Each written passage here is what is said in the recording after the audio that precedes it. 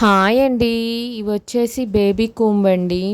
Newborn బేబీకి దువ్వడానికండి. వాళ్ళకి ఎంట్రికలు పెరుగుతూ ఉంటాయి కదా, వాళ్ళ స్కాల్ప్ ఏమో మెత్తగా ఉంటుంది కదా, ఇలా పూసలు పూసలుగా ఉన్నాయి చూసారా. దీనివల్ల వాళ్ళకి స్కాల్ప్కి నొప్పి పుట్టకుండా గీతలు పడకుండా ఉంటుందండి.